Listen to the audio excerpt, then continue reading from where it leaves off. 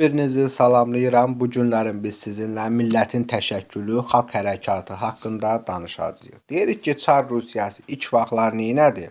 Bizim xalqımıza öz milli kimliyini unutturmaq üçün müəyyən tədbirlər gördü. Məsələn, deyə bilərik ki, milli və dini ayrı seçkilik siyasəti yürüdür. Məsələn, dövlət idarəsində bütün işlər yalnız rus dilində aparılırdı. Məsələn, ana dilində təhsildir, mətbuatdır. Bunların yaranmasına qarşısını alırdı. Hətta deyirik biz öz dilimizi ikinci dil kimi istifadə etməyə icazə vermirdilər. Məsələn, Azərbaycan, Azərbaycanlı anlayışı tamamilə yox idi. Rəsmi sənədlərdə bizi nə adlandırırdılar? Ya Tatar, ya da müsəlman adlandırırdılar. Məsələn, bizim Azərbaycanlıları yüksək vəzifələrə buraxmırdılar. Məsələn, biz deyə bilərik ki, başqa ruslaşdırma siyasəti aparırdılar, köçürmə siyasəti aparırdılar, xristianlaşdırma siyasəti aparırdılar. Yəni, bunlar bizim öz milli kimliyimizi unutturmaq üçün həyata keçirdiyi tədbirlər idi. Rusların həyata keçirdiyi tədbirlər idi.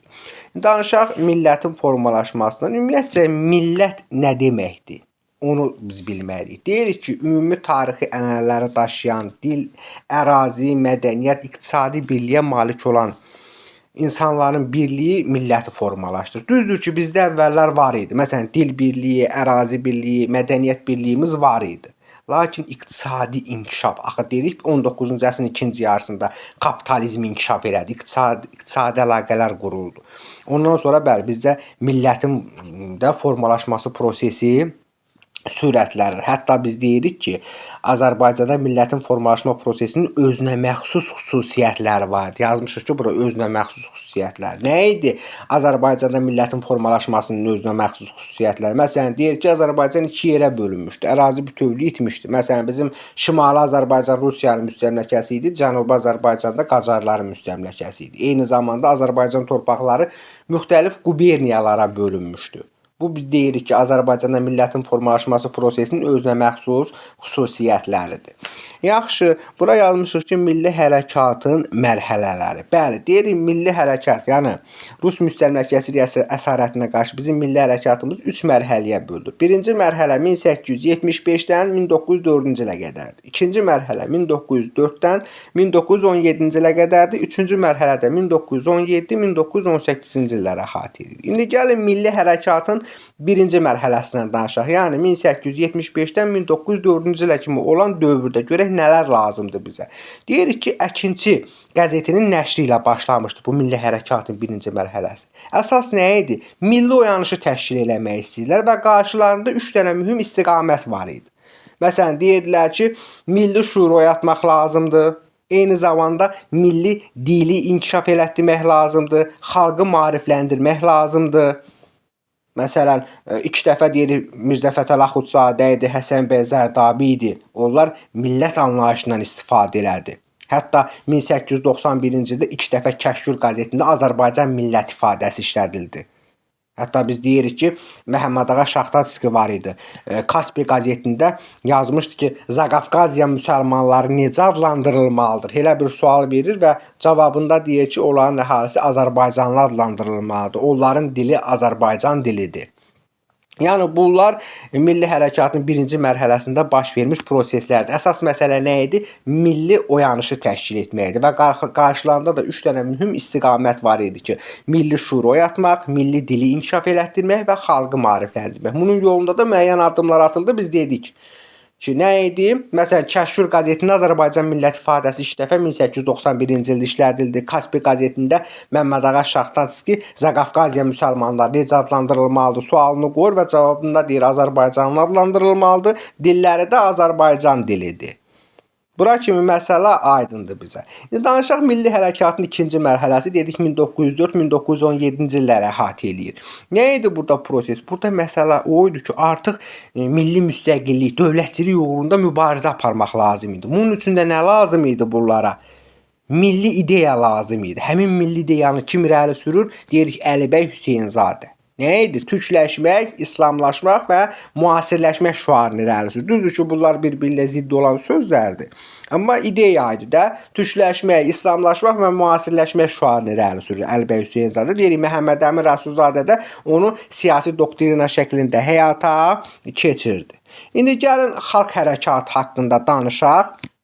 Deyirik nə baş verir? Artıq bizdə bu 1870-ci il islahatlarından əvvəl, yəni islahat Gürcüstanda keçirilir 1863-cü ildə. Həmin söhbət gəlir çatır Zaqatala dairəsinə. Hətta biz deyirik ki, hökumət xüsusi komissiya göndərir. Komissiyada gəlir, qərar verir ki, İngiloylarla Muğarlar gəlirlərinin 10 qatını verib Keşkəl sahiblərindən azad olacaqlar. Yəni İngiloylar, Muğarlar kətllilərdir, elə düşünün. Keşkəl sahibləri də feodallardır. Yəni belə bir komissiya qərar verir, lakin bu nə idi artıq? Keşkəl sahibləri torpaq gəlirlərindən məhrum oldu deyə narazılığa səbəb olur. Bax, üsyana gedən yol buradan başlayır. Bizdə deyirik 1870-ci ildə islahat keçirildi, amma Zaqatalada 1913-cü ildə keçirilir. Çünki bu üsyan baş vermişdi ona görə. Yaxşı, bəs 1863-cü ildə Zaqatalada baş vermiş üsyanın səbəbi nə idi? Bax, yazmışıq bura. Məsələn, deyirik ki, əhali torpaqları əlindən alınırdı. Qışlaq torpaqlardı, yaylaq torpaqları da əlindən alınırdı. Dini ibadətləri məhdudlaşdırılırdı. Nə olurdu? Məcburi ruslaşdırma siyasəti aparılırdı orada. Məsələn, məscidlər bağlanıb yerində kilsələr tikilirdi. Bu kimi proseslər ona görə deyirik ki, artıq getdi üsyana səbəb oldu və Zaqatala üsyanının başlaması üçün bəhanə nə olur? Balakəndə kilsə tikilməsi. 1863-cü ilin iyun ayında Hacı Murtuzun başçılığı ilə üsyan başlayır. Hacı Murtuz yeri zabit olmuşdu. Əvvəllər Rus ordusunun zabiti olur.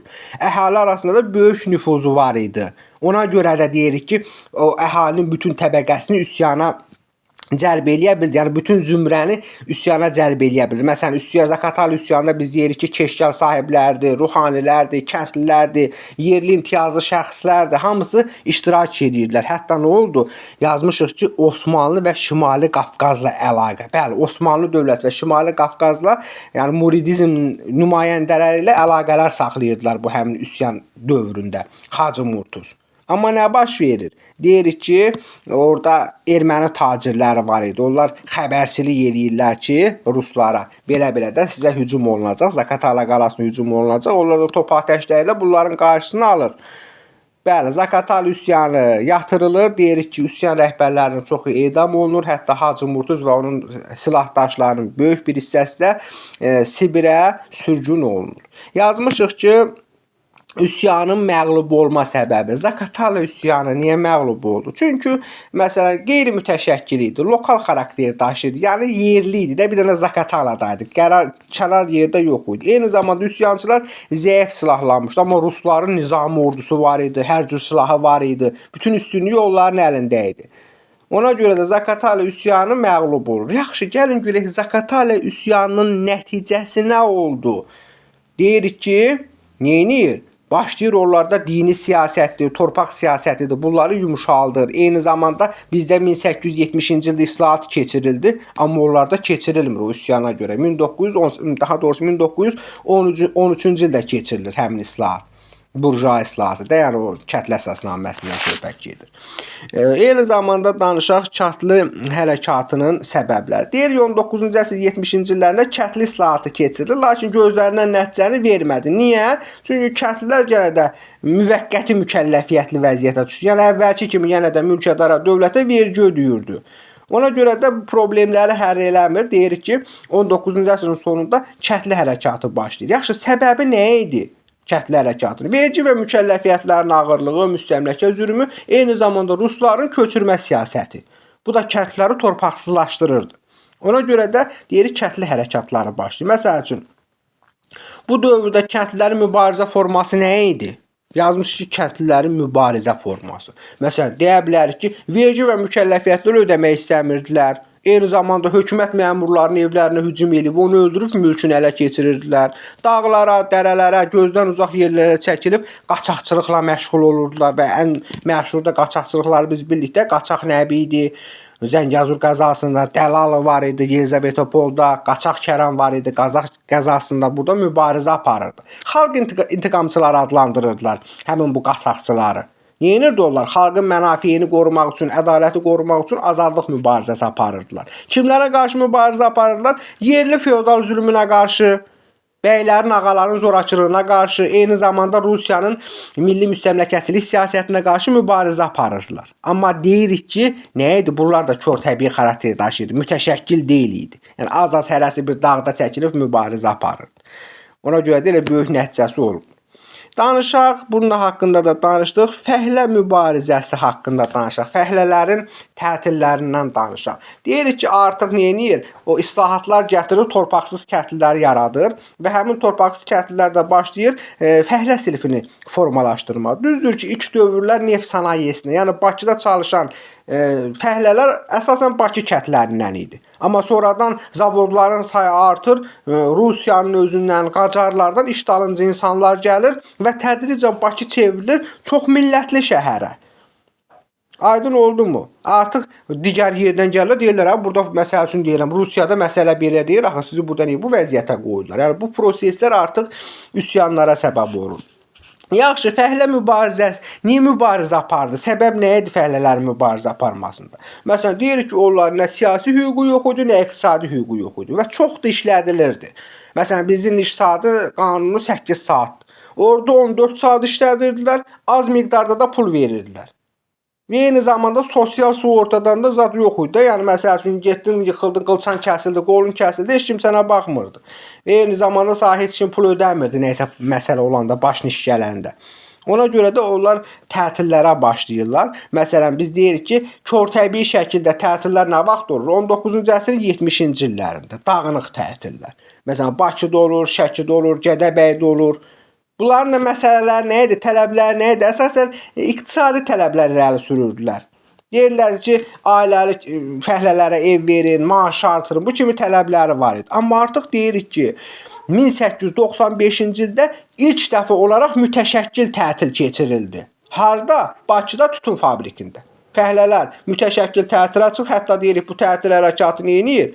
Hərbi vəziyyət elan olunmasına gətirib çıxardır. Və nəticəsində müəssisə sahibləri yeniyetmə fəhlələrin maaşının artırılmasına icazə verirlər.